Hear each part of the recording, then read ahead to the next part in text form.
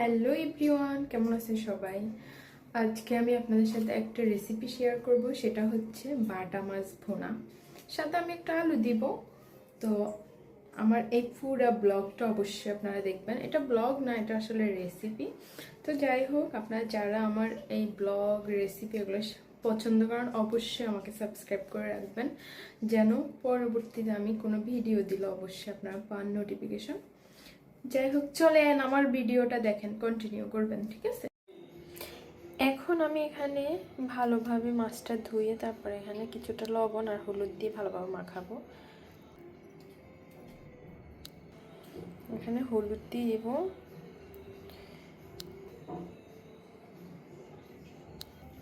তারপরে এখানে মাখাবো ভালোভাবে। সবগুলো মাছ আমি ভালোভাবে মাখাবো। মাছগুলো ভালোভাবে মাখানো হয়ে গেছে, দেখো। এই শুকনা কড়াইটাতে মানে চুলে জাল দিয়ে আমি কড়াইটা শুকনা করে নিছি। তারপরে হচ্ছে এখন তেল দিব। এই তো আমি তেল দিয়ে দিছি, তেলটা গরম হইলে তারপর আমি মাছটা ভেজে নিব। আমি চাইলে স্ট্যান্ড ইউজ করতে পারি, বাট আমার স্ট্যান্ড আছে, বাট আমি ইউজ করি না। আমি ফোনের এক হাতে ফোন ধরি, অন্য হাতে ভিডিও করি। বিসমিল্লাহির রহমানির রহিম।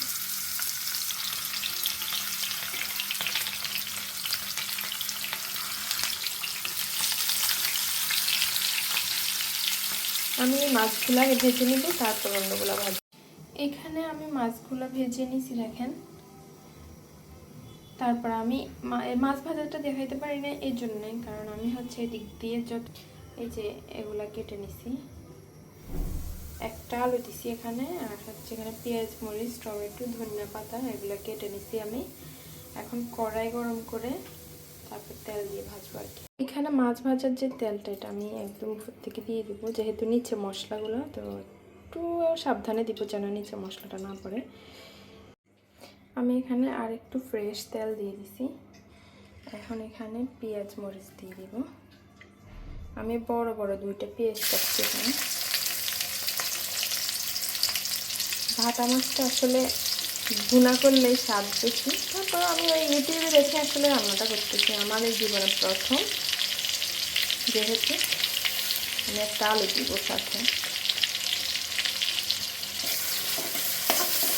পেঁয়াজটা একদম লাল লাল করবো।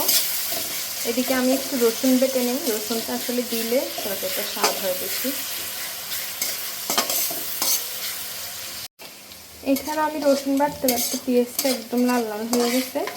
আমি এখন রসুনটা অ্যাড করে দিব এখানে। রসুনটা আমি এখানে বেটে নিচ্ছি। রসুনটা কষানোর পরে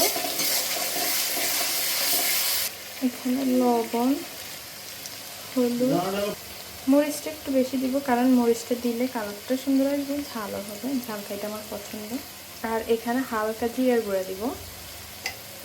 জিরাটা দিলে আসলে কালারও সুন্দর আসে আর রান্নাটাও মজার হয়।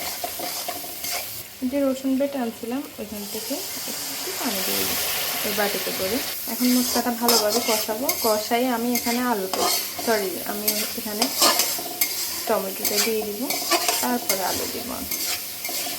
আচ্ছা, আলুটা দিয়ে দিলে ভালো হয় মানে। আচ্ছা, মশলাটা কষাই নেই, আলুটা দিয়ে দিব প্রথমে। মশলাটা কষে একদম তেলটা ভেসে ভেসে উঠছে, এখন আমি আলুটা দিয়ে দিব।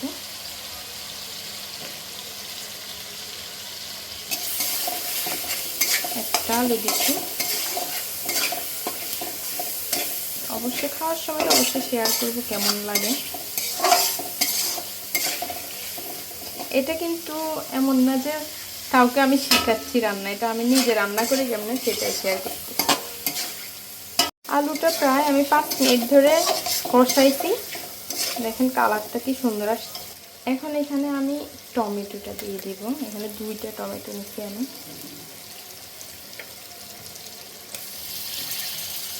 বেশ, টমেটোটা দিয়ে ফেলছি। এতে একদম অনেকখানি কষে গেছে। এখন আমি এখানে পানি অ্যাড করে দিব। দেখো কতখানি পানি দিই আমি। একটু বেশি দিব যেহেতু আলু আছে, আবার মাছটাও সিদ্ধ হইতে হবে। কালারটা কি ওয়াও আসছে, দেখছো? এটা এখন বলক আসলে তারপর আমি মাছটা দিয়ে দিব। দেখো বলক এসে গেছে, এখন আমি এই মাছটা এখানে অ্যাড করে দিব।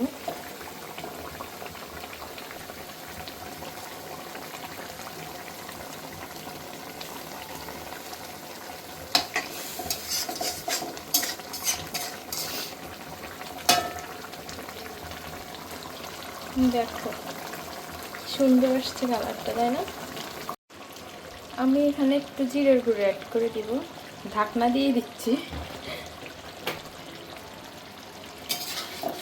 জিরের গুঁড়োটা দিলে কালারটা সুন্দর আসে, বুঝলি প্রিয়? এখন ফাইনালি আমি যেটা দিলে বেশি মজা হয় সেটা দিই। এটা হচ্ছে ছোট বড় মুরব্বি সবাই তো চিনি, ধনিয়া পাতা। আমার রান্নাটা কেমন হয়েছে অবশ্যই কমেন্ট করে জানাবা। কেমন তোমরা তো কিপটুস, ভিউ করো কিন্তু একটা কমেন্ট লাইক করো না। ঢেকে রাখবো কিছুক্ষণ। আমার রান্না কেমন লাগছে অবশ্যই কমেন্ট করবা, বুঝলে? কিপটেমি করবা না, কমেন্ট করে যাবা, শুধু ভিউ করো। দেখো কালারটা দেখো, দেখছো কালারটা দেখো কত ওয়াও হয়েছে। সেজন্য বলছি অবশ্যই অবশ্যই কমেন্ট করবা।